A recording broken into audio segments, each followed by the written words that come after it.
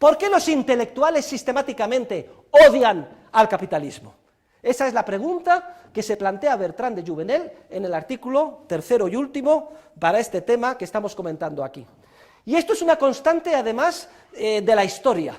Ya desde la antigua Grecia, los intelectuales más distinguidos, empezando por Sócrates y terminando por Platón, incluso incluyendo al propio Aristóteles, veían con recelo, si es que no odiaban a muerte todo lo que oliera a actividad mercantil, empresarial, artesanal o comercial.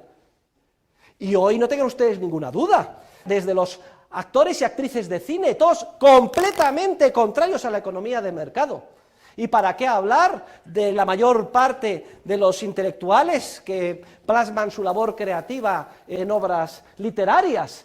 Generalmente también en contra de la economía de mercado y del capitalismo, todos ellos contrarios al proceso de mercado, todos ellos socialistas, todos ellos de izquierdas. ¿Por qué es esto?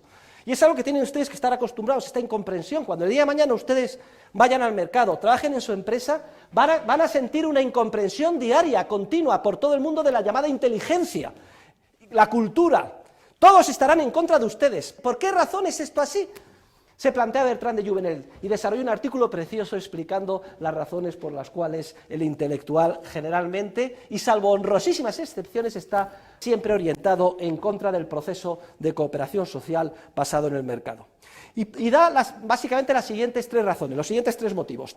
Primero, desconocimiento, es decir, desconocimiento teórico de cómo funcionan los procesos de mercado. El orden social empresarial, dice Hayek, que es el más complejo que hay en el universo. A nosotros nos lleva 70 sesiones, siquiera sea empezar a profundizar nada más la punta del iceberg desde el punto de vista analítico. Un esfuerzo diario por mantenernos al día en las lecturas, página tras página, para empezar a ver la luz. Pues bien, este trabajo deliberado de análisis para comprender cómo funciona el proceso espontáneo del mercado, que solo puede proporcionar la teoría económica, por desgracia, brilla por su ausencia en la mente de la mayor parte de los intelectuales. Los intelectuales se dan muchísima importancia. Los intelectuales piensan que han estudiado mucho, pero la mayor parte de ellos son unos completos ignorantes en lo que se refiere a la ciencia económica. Y esa es la primera razón que apunta Bertrand de Jouvenel. La segunda razón que mencionas se refiere a la soberbia del falso racionalista, a la soberbia del intelectual. El intelectual piensa que sabe mucho más que el resto de sus conciudadanos, porque ha estudiado muchas carreras, o es una persona muy refinada que ha leído muchos libros, porque va a muchas tertulias, porque se presenta a premios, es la persona más inteligente, se cree el más listo, y cae en el pecado fatal de arrogancia o soberbia con gran facilidad, hasta el punto de que piensa que está más legitimado que nosotros mismos para decidir qué es lo que tenemos que hacer. Se ríe de los ciudadanos de a pie, le parece una ofensa a su fina sensibilidad encender la televisión, vomita ante los anuncios, de alguna forma se escandaliza de la falta de cultura de todos nosotros, y desde su pedestal se permite pontificar criticando lo que hacemos porque se cree más listo que nadie. Y sin embargo, como he dicho, sabe muy poco de lo que sucede, y además es un peligro en potencia. Detrás de cada intelectual hay un dictador en potencia, que a poco que se descuide va a caer en la tentación de querer arrogarse con el poder político para imponernos a todos los demás sus peculiares puntos de vista, que él considera que son los mejores, los más refinados, los más cultos. Si a la ignorancia le sumamos la arrogancia fatal de pensar que saben algo más que nosotros, que son más cultos y refinados, entonces estamos perdidos. Y no nos debe de extrañar que detrás de cada gran dictador de la historia, sea un Stalin, sea un Hitler, etcétera, siempre ha habido una cohorte de intelectuales, aduladores, que han tratado de darles base y legitimidad desde el punto de vista ideológico, cultural, filosófico, etcétera. Pero hay una tercera razón importante, que no le duele a Bertrand de Jouvenel sacar a relucir. Y la tercera razón, queridos alumnos, que explica el por qué los intelectuales están en contra del capitalismo, es muy sencilla. Tomen nota: el resentimiento y la envidia.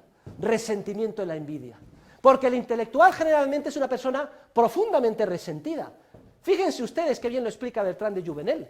Bertrand de Jouvenel se da cuenta de que el intelectual se encuentra en una situación muy incómoda en el mercado.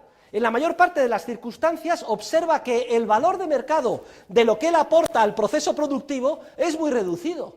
O sea que yo he estado estudiando durante tantos años, lo he pasado muy mal, he emigrado a París y resulta que hago estos cuadros que son un mamarracho y no los compra nadie, soy un resentido.